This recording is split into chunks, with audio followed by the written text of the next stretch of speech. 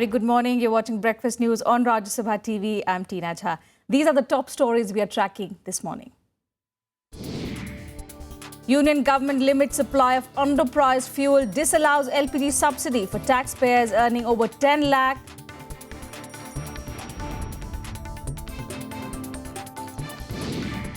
State Committee of CPM's West Bengal unit to finalize its election plan. Party gets green signal to discuss possibility of an alliance with the Congress.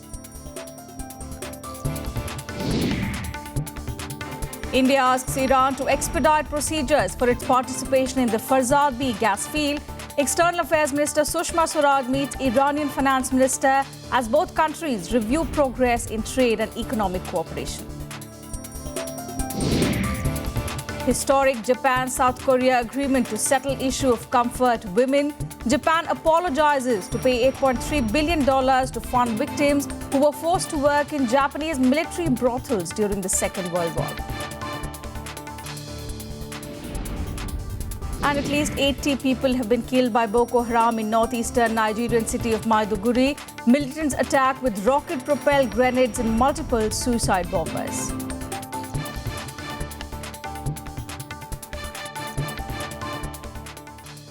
And the big political news we are tracking this morning, the CPIM could join hands with the Congress party in West Bengal if such a situation arises. However, the party says there has been no discussion on the topic so far. At the party's plenum in Kolkata, the leaders are discussing ways to increase its base among the Dalits. The CPIM's West Bengal State Committee will finalize its election plan for the state next month. That is when the topic of an alliance with the Congress is likely to come up.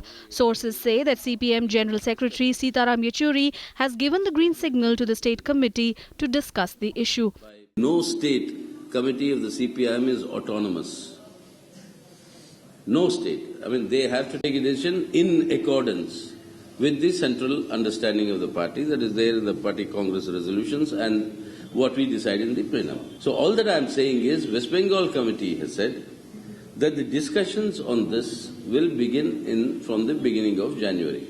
Some senior leaders from the state have already spoken about the need for such an alliance, although this partnership will be a difficult one considering the equation between the CPIM and the Congress in Kerala. Sitaram Yechuri tabled a resolution on the organizational structure of the party at the plenum. This resolution talks about increasing the party's base among the backward classes, especially Dalits. People who could command the influence over crores of Indian Dalits and marginalized people. In spite of all such giants and big movements, why is the status of Dalits and the tribals what it is today? Because the focus was only, like Mahatma Gandhi said, change of heart, Harijan. Changing of heart doesn't give you equality. Changing the economic empowerment gives you the equality. That is the change that we project. The next 3 days at the plenum will be dedicated to discussing this resolution and the report on the party's organizational structure. Shyam Sundar's report from Kolkata for Rajya Sabha TV. Let's go across to our correspondent Shyam Sundar, who joins us from Kolkata, where the 5-day plenum is taking place. Shyam, now we've seen it's a green signal from the CPIM leadership. It's open to an alliance with the Congress party. But, as you've mentioned in your report, it's going to be a difficult alliance. How is this combination going to work in West Bengal, considering the Congress party also is not very strong in the state?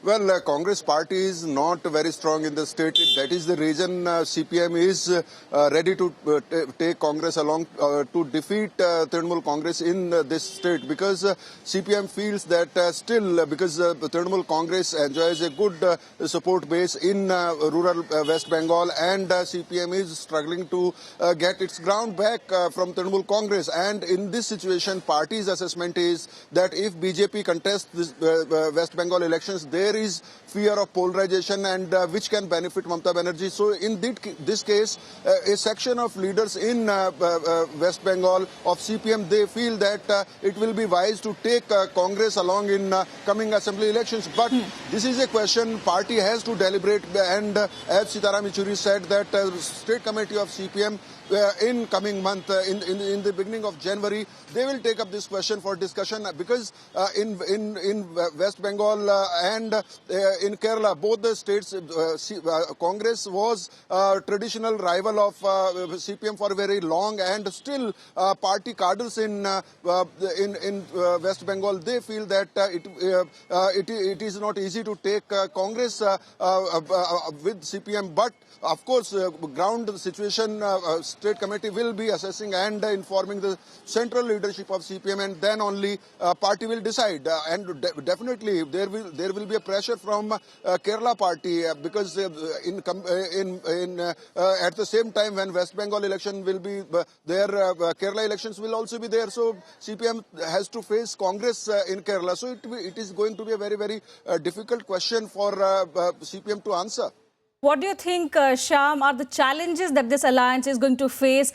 Because you've mentioned they are the rivals in Kerala. So, of course, there's pressure going to be on the alliance from Kerala's leadership as well. So what are the challenges that lie ahead of this alliance?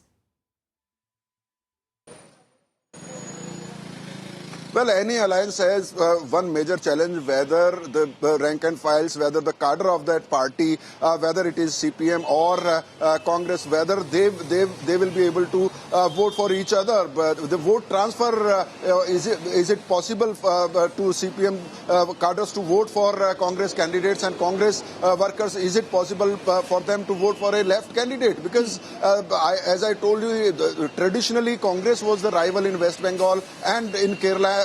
Even in Tripura, CPM's rival is Congress. So on the ground, making this kind of alliance work would be a difficult task for the party, and that is why party is taking so long time to decide on this issue. And party is still saying if situation arises, so they are not 100% sure. They feel that to defeat Trinamool Congress, they have to bring together all left democratic forces in the state.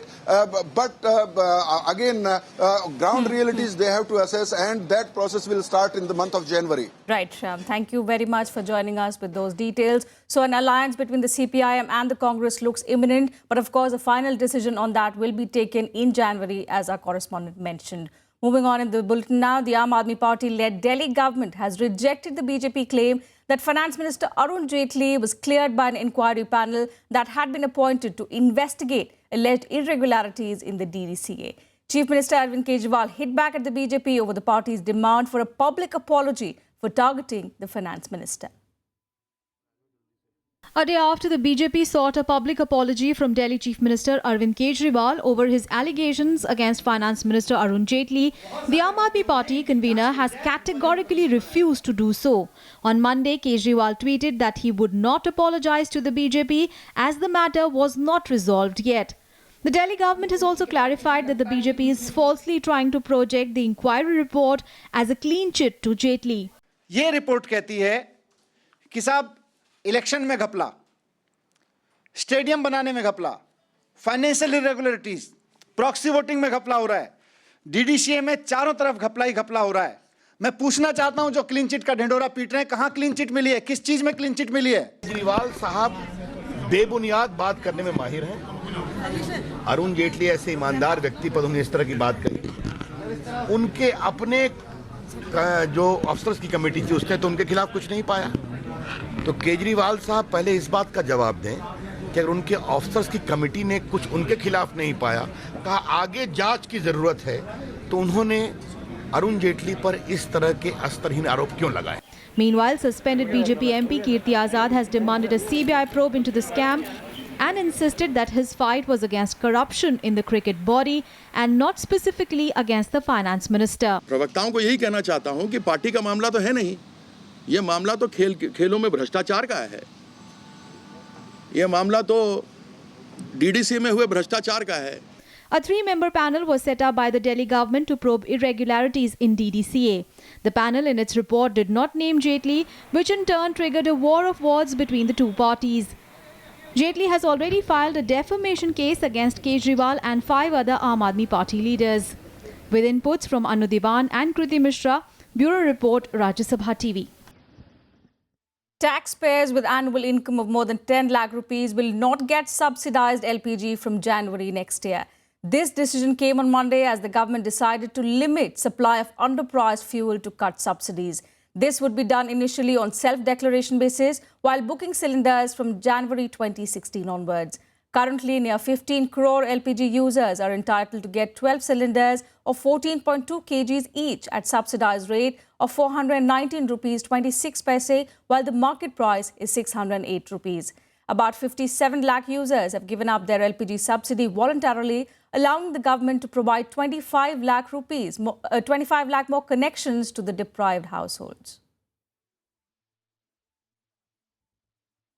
And JDU Chief Sharad Yadav on Monday came out against Lok Sabha Speaker Sumitra Mahajan's proposal for a new parliament building. Yadav has said this move will amount to destroying a historical monument and historical temple of democracy. Mahajan had mooted a proposal for construction of another parliament building last week, saying the existing 88-year-old structure is showing signs of distress and will no longer be able to meet the growing demand for space. In a letter to Urban Development Minister Venkaiah Naidu, the Speaker had proposed two options for the alternative site, one within the Parliament complex itself and the another one across Rajpath. Mahajan has also argued that when the present structure was commissioned in 1927, the number of staff, security personnel, media visitors and parliamentary activities were limited. But over the years, the parliamentary activities and number of people working there, as well as the visitors, have increased manifold. The proposal was first explored by former Lok Sabha Speaker Meera Kumar back in 2009. आज की जो अंदर की व्यवस्था है वो बैठने के लिए भी कम पड़ती है।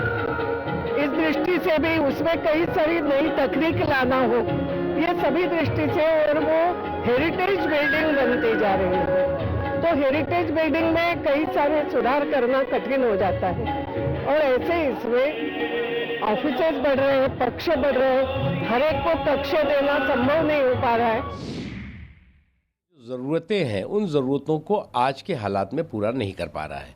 आने वाले दिनों में जनसंख्या भी बढ़ रही है, हमारे संसद के जो सदस्य हैं उनकी संख्या भी बढ़ेगी और उसके साथ ही साथ जो है वो आज की जो तकनीकी युग है, उस तकनीकी युग की ज़रूरतें और उन ज़रूरतों के हिसाब से अगर देखा जाए तो उसमें कई चीज़ें नाकाफ़ी हैं।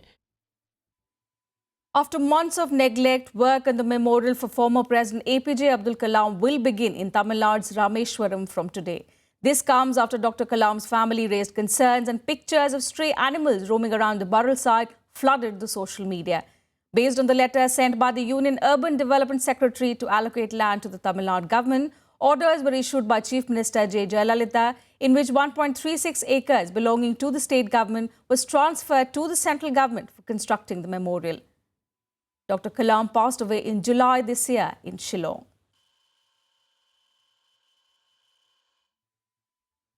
And close on the heels of the crippling floods that hit Tamil Nadu, heavy rains are lashing several coastal areas in the state.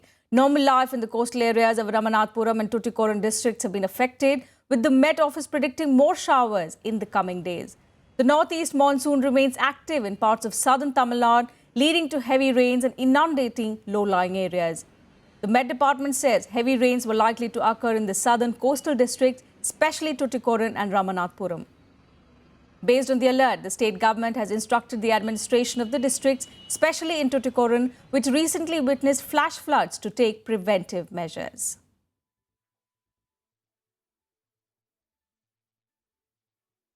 And now a look at the stories that are lined up for you in our segment, The Day Ahead. Prime Minister Narendra Modi will inaugurate the National Conference of SC/ST Entrepreneurs at Vigyan Bhavan in the national capital today. The Minister for Social Justice and Empowerment will also address the conference. The conference is being conducted to seek the support from the centre in promoting entrepreneurship among Dalits. On the occasion of 125th birth anniversary of Dr. B.R. Ambedkar, Dalit Indian Chamber of Commerce and Industry is organising this event. The Supreme Court will give its verdict on the Kerala liquor policy today. The court will give its verdict on a batch of petitions from liquor bar owners challenging a judgment of the Kerala High Court upholding the state's new liquor policy to close down all liquor bar hotels except those in the 5-star classification. The judgment will have wide ramifications in other states as well, with Bihar Chief Minister Nitish Kumar also announcing his government's decision to bring prohibition on liquor in the state in a phased manner. Various tribal organizations in Jharkhand have called for a statewide bandh today. The bandh was called in protest against the state government's lingering approach in framing a domicile policy. Jharkhand People's Party, along with its students' wing, All Jharkhand Students' Union, Jharkhand Andolankari Manch, have supported the bandh.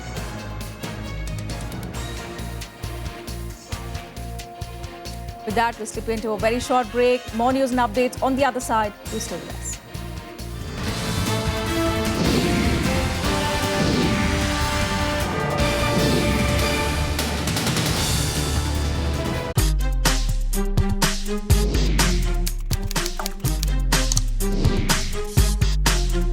Get live Rajya Sabha session. News, views, reports and analysis you can trust on social media. Subscribe, follow, like Rajya Sabha Television.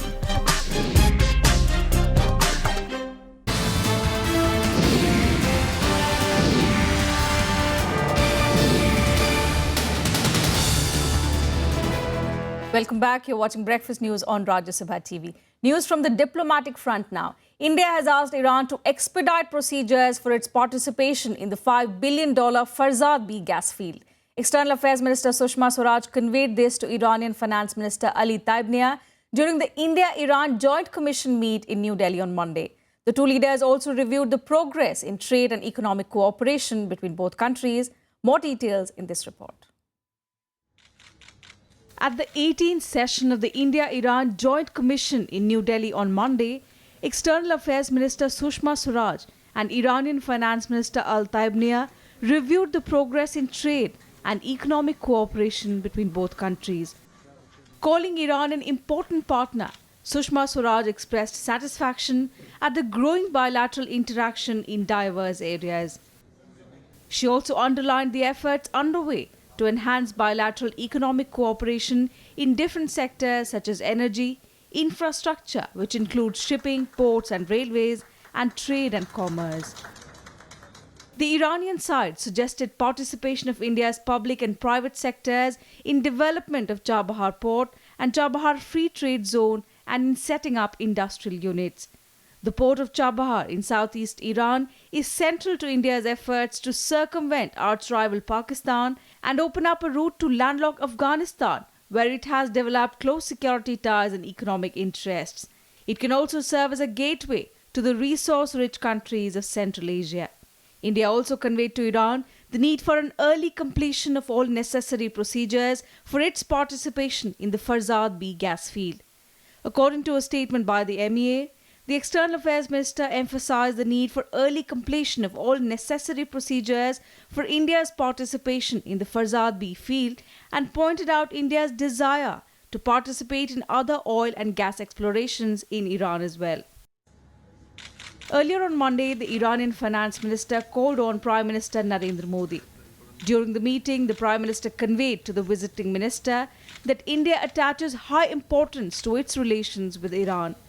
He also recalled his meeting with Iranian President Hassan Rouhani in Ufa in July on the sidelines of the Shanghai Cooperation Organization. India and Iran established diplomatic links in March 1950 and have since shared strong relations based on high-level exchanges between leaders of both countries. India is also Iran's second biggest customer for oil. Almost 80% of its oil needs and demands is imported from Iran. And as the economy grows at over 7%, the demand is set to rise further. Bureau Report, Rajya Sabha TV. Well, India has committed to deploy a fresh contingent of over 100 paramilitary troops for rendering special police combat and security duties under the United Nations flag in the African nation of Liberia. The all-male personnel unit has been carved out from paramilitary Sashastra Seema Bal. This will be the first squad of the border guarding force to be sent for UN duties in the 52 years of its existence. The contingent, called the Formed Police Unit, is expected to take position in Liberia by late next year. Since 2007, the Central Police Reserve Force is the only Indian force which is deployed in Liberia under the UN umbrella to bring peace and stability in the region and provide security to the locals.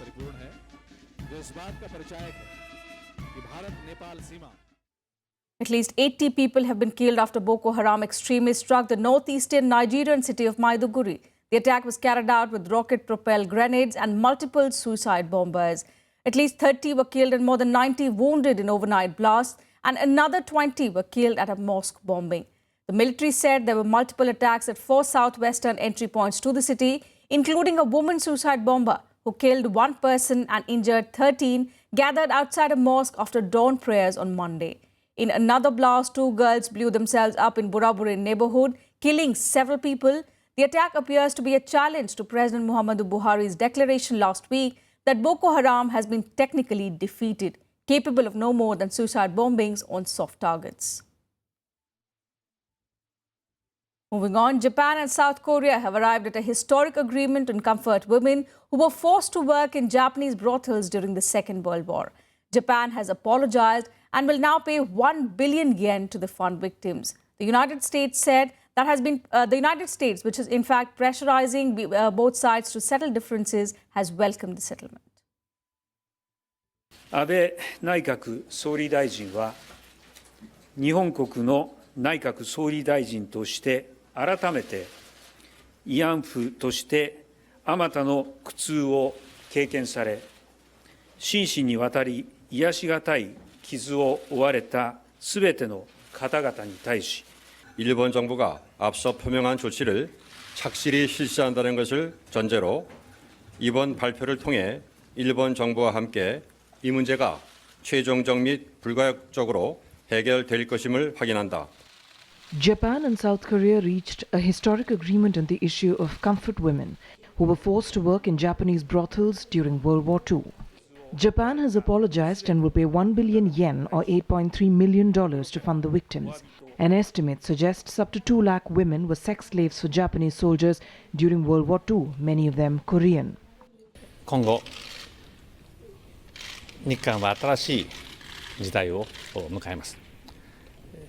日韓両国が力を合わせて新しい時代を切り開いていくきっかけとしたいと思います。 In their first reaction to the landmark agreement, former South Korean comfort women said they were not satisfied at the moment. 여하튼 정부에서 기왕에 이렇게 나서서 금년 안으로 해결하시려고 그러니까 애쓰시는 분들도 생각하고 저희는 South Korea's ties with Japan have long been strained by what Seoul sees as Japanese leaders' reluctance to atone to the country's brutal wartime past, including a full recognition of its role in forcing Korean girls and women to work in Japanese military brothels. The issue was a major thorn in the relations between the two countries, who are both major US allies in the region. Washington has welcomed the agreement. We welcome today's announcement by the governments of Japan and the Republic of Korea that they have reached an agreement regarding the very sensitive historical legacy issue of so-called comfort women. The two governments made clear that by implementing this agreement, they will, quote, finally and irreversibly, end quote, resolve this issue between the two governments. And we believe this agreement will promote healing and help improve relations between two of the United States' most important allies. The two countries have been pushing to improve relations since Abe met Park last month. That meeting took place partly under pressure from Washington. Tokyo hopes the agreement paves the way to sign an agreement with Seoul to share sensitive military information. Bureau Report, Rajya Sabha TV. A rare UN-sponsored deal between the Syrian rebels and Assad government on Monday allowed safe passage to hundreds of rebels and civilians from 3 besieged towns. A convoy of buses and ambulances are transporting them to other rebel-held areas via Lebanon and Turkey for treatment under the UN mediation. Hoping to build momentum ahead of the peace talks in January, the Syrian regime and the rebels started evacuations from 3 Syrian towns.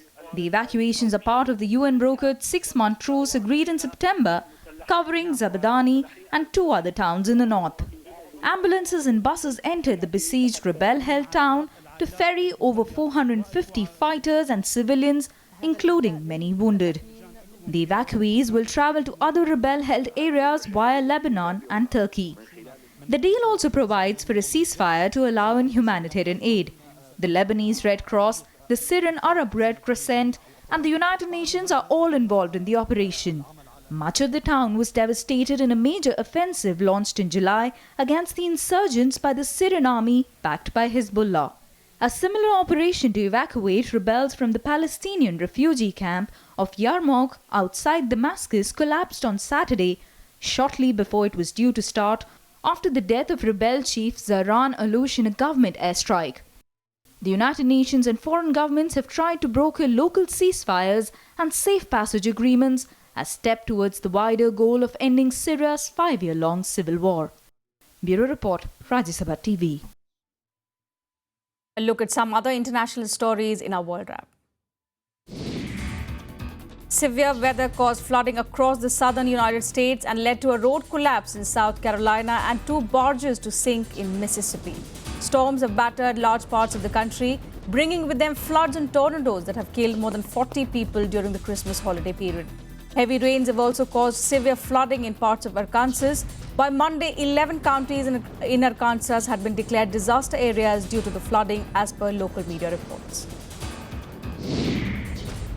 British Prime Minister David Cameron met volunteers and soldiers tackling major flooding in the historic city of Yorkshire and promised to review government spending on defences. Hundreds of soldiers have been deployed to evacuate residents and help emergency services. Around 500 properties have been destroyed in floods and 2,000 homes and 400 businesses in Leeds in UK. In order to tackle the rising air pollution, Italy has adopted emergency measures in 2 of its largest cities, Rome and Milan, as well as some smaller cities and towns. Old vehicles in large parts of the city had already been banned in Rome, while in Milan there would be a total ban on private cars in the city and its hinterland from 10 a.m. to 4 p.m. Ambient pollution detectors in both the cities have registered high levels of microparticles dangerous to health. At least 32 people were killed and 90 wounded in 2 bomb explosions in the Syrian city of Homs. A car and a suicide bomb struck the Zara district in the middle of the city. Footage showed people milling around the sites of the blast as firefighters tried to put out the fire and an ambulance rushed to the scene. This was the second major attack in the city since a ceasefire deal took effect earlier this month, paving the way for the government to take over the last rebel-controlled area of Homs. Around 350 Syrian pro-government militia fighters and civilians from 2 besieged Shiite towns in northwestern Syria crossed into Turkey under a UN-brokered deal between warring parties. The move comes as a part of the efforts by the UN to set up local deals on ceasefires and safe passage as stepping stone towards a wider peace accord in Syria's civil war.